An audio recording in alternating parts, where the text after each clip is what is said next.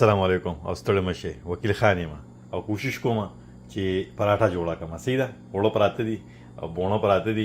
طبقې خدا غره نو راځي چې پراټه پخه کو زما د لاس پراټه خورونه نه پیړه د پاره مې وړه رابل کو پیړه خبر سره ډیره غټه نه کنه تماشا وتا کوي دا وړه په پرشته کو د دې پکې خیر واچ ها نو وړه خو مې دا کړه دا خبره سی وتا پرشته کړه کیسه برابر شو اوس ودا سیو کو دې پیړه جوړوم به تماشا کوي تاسو ښه دا بیلن دی او بیلن سیب دی کنه او بیلن ورته کې سوي دي تاسو یې سمبدي کوته او بخې لایټ رانه هیر شو مخ وته کړه پراټه پخو کنه نو تیل مې پکې واچولو او دنه چې پکې دا د غدي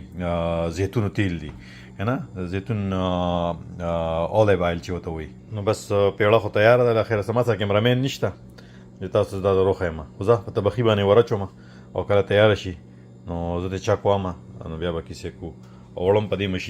ماشين کې هغه ګری دي کنه نو زه الله دې ملشي زمونږ خدای خیر وکي او د خیر دی وي راځي پراټه اوس پخه کو نو بس طبخي ته خو مروخه جوړه له خیر سره او سو شپو کې تیاریږي تر هغه زه په دې سمبدي کو کې لږ زیتون تیل ورچوم صحیح ده نو سمبدي کو هم د تیلو نه راډک اوس به دې تم لږ ورواچو تنه کنه ډیر پناچو یار سره چې نه جوړ نه شو دې پس بیا منډم وخو یار او کنه مونږ کله کله پراټه خورو خو خیر دی په ډډه مې ورواړو تاسو غره پراټه ښکاري کنه پراټې اتر لور ده او کنه زه له چیپه کوم سره مين وایل اوس وته ګورې نو خو اصل کې یو خبره بله ده تاسو خو سپین وړو نه پراټه پخوئ کنه دا هول ویټ دي چې مطلب دا دی چې خړ وړو چې د هغې نه مې جوړه کړه نو ځکه تاسو داسې پراټه نه ښکاري خو نه سوځېده کنه بس که چا پراټې تړل کېږي مسافرو والله راځي چې کم دی وروم د پراټو چل زده کړی دی زما خویندې وي ته زمونږ څلورمه که پنځمه خورې خو د دې خبرې هرګز مقصد دا نه دی چې صرف اخلي پخلي ښځې کوي که نه دا سړي هم کولی شي نو که څوک یې کول غواړي او دا شوق غواړي ښه نو دا خو زمونږ پراټه شوه اوس به داسې وکړو چې دوه هګۍ به ورسره وترس کوو او هګو سره سره چې کم دی نو پیروي هم راغستل غواړي ورته وګورئ پراټه ده که نه که دا پراټې اترې لور ده ماما لور ده تاسو څه ښکاري بیا راځه خپل نظر شریک کړئ اوس لمبر د دغه شو د هګو شو بېروزګاره کې چې ته دوه هګۍ خورې یو پراټه خورې نو سوچ کوه هلکه غوره ګراني ده یار ما ته ښکاري ده چې لوګي سیوا شو نو دا شی به ولګو اګزاست چې ورته وایي که نه چې دا لوګي بارو باسي کور کې بویم شو که د کور مالکان خبر چې دې پراټې او هګۍ خوري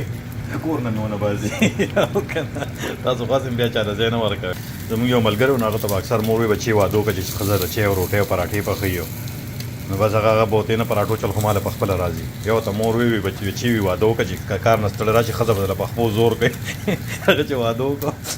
بیا به هغه ښځې له په خپو زور کړه تاسو ته دا پرې په دې نیت ودونه ونه کړې نو نور خو باقي پاتې ښه پوهې که نه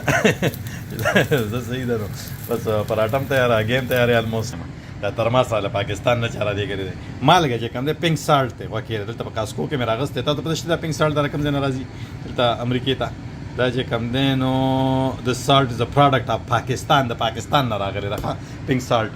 او دا تور مرچ دي له خیره دا په هګو به ځان له تور مرچ اچوم اوس نو هګو باندې مې مرچ هم واچول دا پراټه شوه او له خیره سره دا چای شوه نو څه مو خیال دی بس اورګه چای لا صحیح شوې نه ده دم شوې نه ده پوره که نه ما پکې ټي بیګ ایښي دي او دا دی یعنی چې لا تیاریږي خیر دی بس دا به زه اوس کوم ما ته دعا کوئ چې الله مې نصیب کړي او بس دعاګانو کې مې یاد ساتئ دغه پراټه دغه هګۍ او دغه مې یو کپ چای شاورګه پیروي هم پکې نو بس پیروي هم تیار هګۍ هم تیاره او چای هم تیاره پراټې د تره لور هم تیاره سره کلاس چیرې چیو کې مې چینی وانه چوله ځکه زه لوبیا به ورسره خورم